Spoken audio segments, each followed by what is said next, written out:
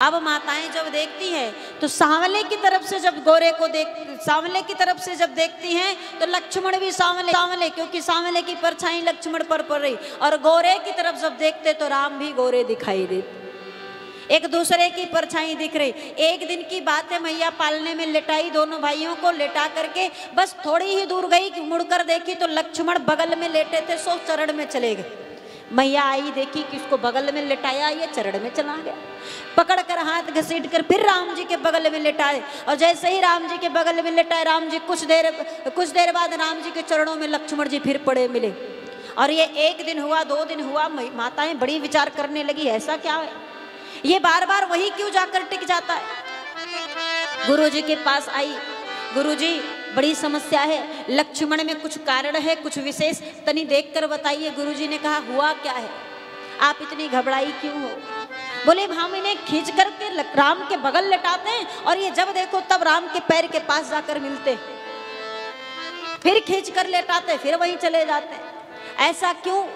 गुरुजी ने कहा नामकरण में बताया था ना कि लक्षण धाम राम प्रिय सकल जगत आधार, चरणों में ही रहना इनका मुख्य लक्षण है, मुख्य लक्ष्य है। इन्हें कितना भी घसीट कर कोई दूर क्यों ना कर दे, ये घूमकर फिर भगवान के चरण में ही चले जाएंगे। इनको इन चरणों के अलावा कुछ और दुनिया में भाता नहीं हमारा।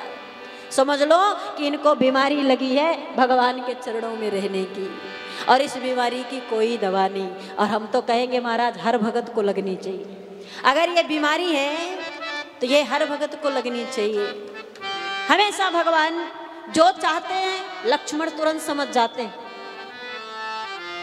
और जिस दिन ये बीमारी जिस भक्त को लगेगी, ध्यान दीजिएगा, एक साथ या तो आप रो सकते हो या तो आप गा सकते हो, दोनों एक साथ किया जा सकता है।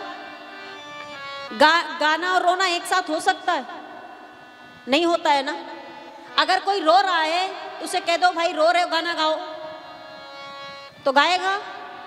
और कोई गा रहा हो और उसे कहिए रोयो तो वो रो नहीं सकता। लेकिन ध्यान रखें, कभी कभी ऐसा होता है, देखने को मिलता है, जब कोई भक्त भक्ति में खूब लीन रहता है तब वो गाकर रोता है, रो रो कर गाता है।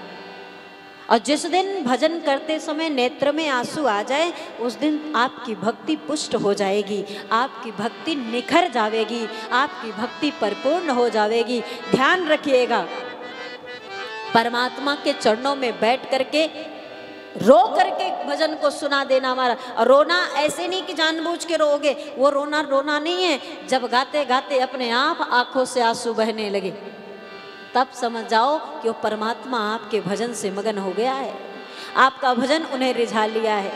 भगवान जो चाहे उनकी चाह में चाह मिलाकर चलने के लिए महाराज, परमात्मा को पाना सरल नहीं है। मीराबाई को जहर पीना पड़ा इस भगवान को पाने के लिए, इस कन्हैया के लिए वो जहर पी ली। राणा ने लाकर जहर दे दिया कि जहर पीकर मर जाए, बड़ी बेइज्जती कराती है, रोज भजन गाती है, बाहर के लोग आते हैं, आकर साधु संत महात्मा इकट्ठा हो जाते हैं हमारे घर में, गांव में क्या क्या चर्चाएं होती, समाज में लोग क्या क्या कहते हैं कि उनकी पत्नी कैसी है, इससे अच्छा कि जहर खा के मर जाए। जहर का प्याला ला करके राणा ने दे दिया। मीरा जानती थी कि ये जहर है, लेकिन उस जहर को ला करके भगवान श्री कृष्ण के चरणों में रखी, और रखने के बाद बोली यदि आपके प्रेम में जहर भी पीना पड़े तो ये भी हमें किसी अमृत के बराबर, अमृत से कम नहीं लगेगा। और उठाई विष का प्याला, भगवान के चरणों में समर्पित करने के बाद ग्रहण कर गई। विष पीने के बाद भी वो नहीं मरी। ऐसा प्रेम और ऐसा विश्वास परमात्मा के चरणों में हो कि चरण में चढ़ाने के बाद विष भी अमृत में परिवर्तित हो जाए। महाराज ऐसा प्रेम जिस दिन हो जाए उस दिन दुनिया गाएगी। प्रभु चाह में चाह मिलाने को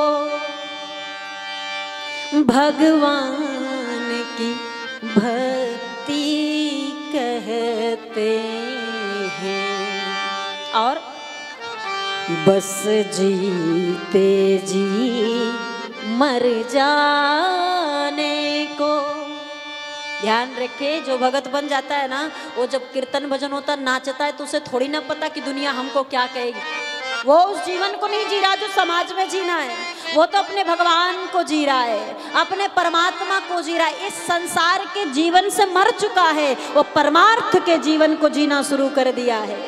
इसलिए कहते हैं बस जीते जी मर जाने को भगवान की भक्ति कहते हैं। अगर करनी है भक्ति तो झूम कर भाव से गाए।